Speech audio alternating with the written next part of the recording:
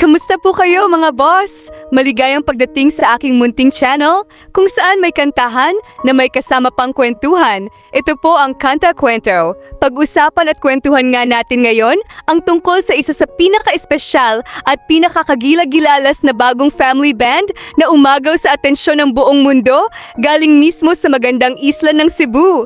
Ang grupong nagpabago sa pananaw ng marami. Kung ano ang kayang gawin ng isang pamilyang puno ng talento at nagbigay ng matinding aliw at inspirasyon simula pa noong nagsimula sila noong Nobyembre 2024, ang Mission Souls. Pero bago tayo magpatuloy, kung bago ka pa lamang dito sa ating channel, hihingin ko po muna ang inyong like at subscribe bilang suporta po sa ating munting channel at saka paki-comment mo rin po, kakwento, kung taga saan ka, para malaman ko po kung hanggang saan na ang ating napag-abot. Mula pa lamang sa Cebu, ang Mission Souls ay binubuo ng buong pamilya ni na Mom Sheena at Dad Sekan, kasama ang kanilang mga anak na sina Naces, Neisha, Stacy, at ang bunsong si Ice. Kahit na lahat ng mga bata ay menor de edad pa lamang, hindi ka panipaniwala ang husay at galing na ipinapakita nila. Bata pa lamang po sila, sinasama na agad sila ng kanilang mga magulang sa mga ensayo at maging sa mga gig ng kanilang banda. Dito pa lang nagsimulang humubog ang kanilang galing at lumago ang kanilang pagmamahal sa musika. Sobrang aktibo po sila. Sunod-sunod ang kanilang inilalabas na upload, hindi sila nagpapahuli, at kahit abala sila sa musika, hindi nila pinapabayaan ang kanilang pag-aaral. Sila ay nag-aaral sa pamamagitan ng homeschooling, kaya sabay nilang napapalago ang kanilang talino at talento. Kakaiba at talagang kahanga-hanga ang estilo ng Mission Souls. Hindi lang sila nakakulong sa iisang uri ng tugtugin, gumagawa sila ng rock, metal, at iba't ibang klase ng genre na talagang nakakabilib. Iba-iba ang kanilang estilo. May sarili silang tatak na talagang sa kanila lang makikita. At alam nyo ba? Hindi lang galing nila ang kahanga-hanga, pati ang kanilang audio at kagamitan ay talagang dekalidad at napakahusay ng pagkakagawa. Napakalinaw, napakapulido, at talagang profesional ang dating. Ang kanilang husay ay masasabi nating pang world class ang tindi. Kaya naman hindi nakapagtataka na sa maikling panahon pa lamang na mahigit kalahating taon, meron na silang mahigit 325,000 subscribers sa kanilang YouTube channel.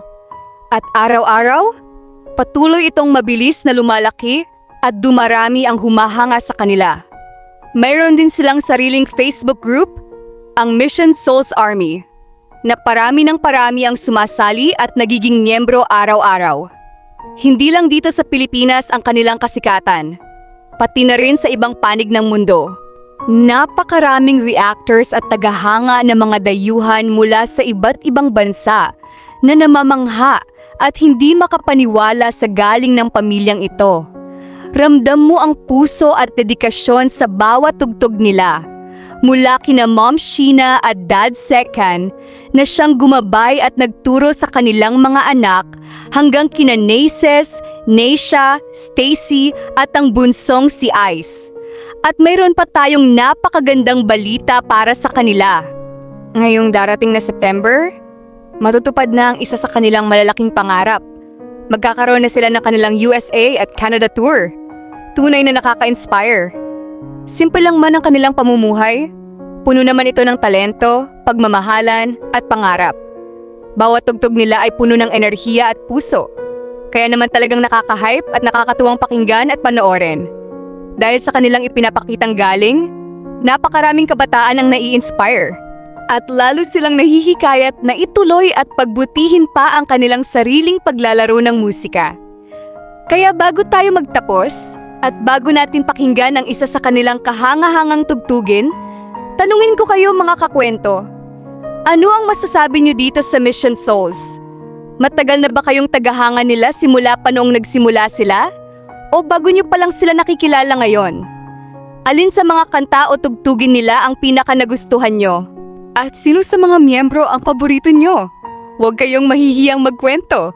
Iwan nyo ang inyong opinyon at kwento sa comment section sa ibaba. Mag-usap tayo dyan! Kung Ooh, baby, do you know that's worth? Ooh, heaven is a place on earth. This ain't heaven, love comes first. Ooh, heaven is a place on earth. And if all my dreams come true, I'll be spending time with you. Oh, I love you more today than yesterday.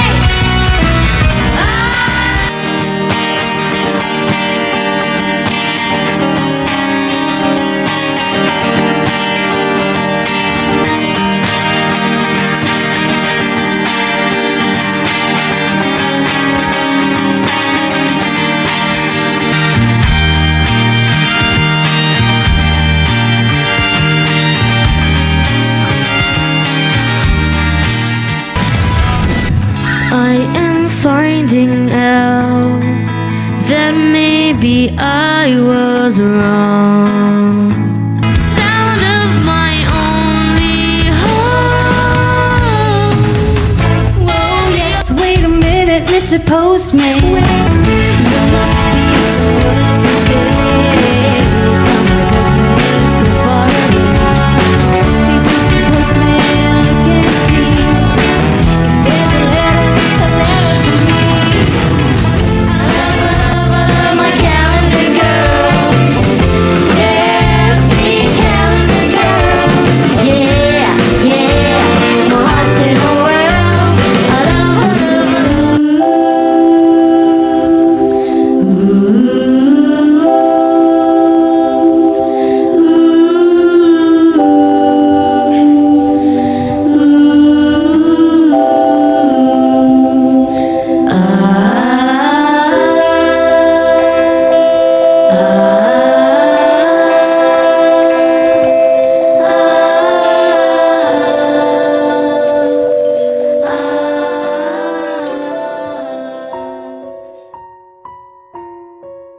nagustuhan nyo ang kwentuhan natin ngayon? At kung humahanga rin kayo sa galing ng Mission Souls?